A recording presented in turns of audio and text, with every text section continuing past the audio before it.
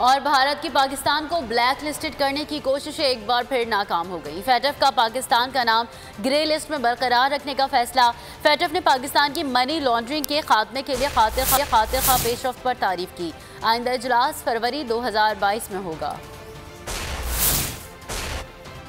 भारतीय साजिश फिर नाकाम, फैटफ के पाकिस्तानी इकदाम की तारीफ। तमाम फाइनेंशियल टास्क फोर्स ने पाकिस्तान को फरवरी 2022 तक ग्रे लिस्ट में बरकरार रखा है। पेरिस में फाइनेंशियल एक्शन टास्क फोर्स का 3 रोजा इजलास खत्म हो गया। इजलास में हुकूमत पाकिस्तान की 27वीं शर्त पर पेशरफ्त का जायजा लिया गया। इजलास के बाद मीडिया से गुफ्तगू में सदर मार्कोस प्लेयर ने कहा कि पाकिस्तान ग्रे लिस्ट में रहेगा। पाकिस्तान मजमूई तौर पर इस नए एक्शन प्लान पर बेहतर कारकर्दगी दिखा रहा है। एक्शन प्लान के 7 में से 4 नुकात पर अमल दरामद किया गया है। उन्होंने ताउन पर हुकूमत पाकिस्तान का शुक्रिया अदा भी किया। The Pakistan government has 2 concurrent action plans with a total of 34 action plan items.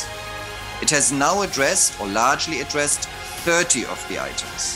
Pakistan is making good progress on this new action plan. 4 of the 7 action plan items are now addressed or largely addressed. FATF के फैसले पर रद्द अमल देते हुए वज़ारत खजाना का कहना था कि 4 नुकात पर वक्त से पहले अमल किया। फैटफ ने दोनों एक्शन प्लान्स पर पाकिस्तान की पेशरफ्त को तस्लीम किया। वज़ारत खजाना के मुताबिक काम जारी है और उसे वक्त से पहले मुकम्मल कर लेंगे। बाकिया नुकात में मनी लॉन्ड्रिंग केसेस की प्रोसिक्यूशन, अक़वाम मुत्तहिदा की फहरिस्त में शामिल अफराद के असासों की जब्ती शामिल है।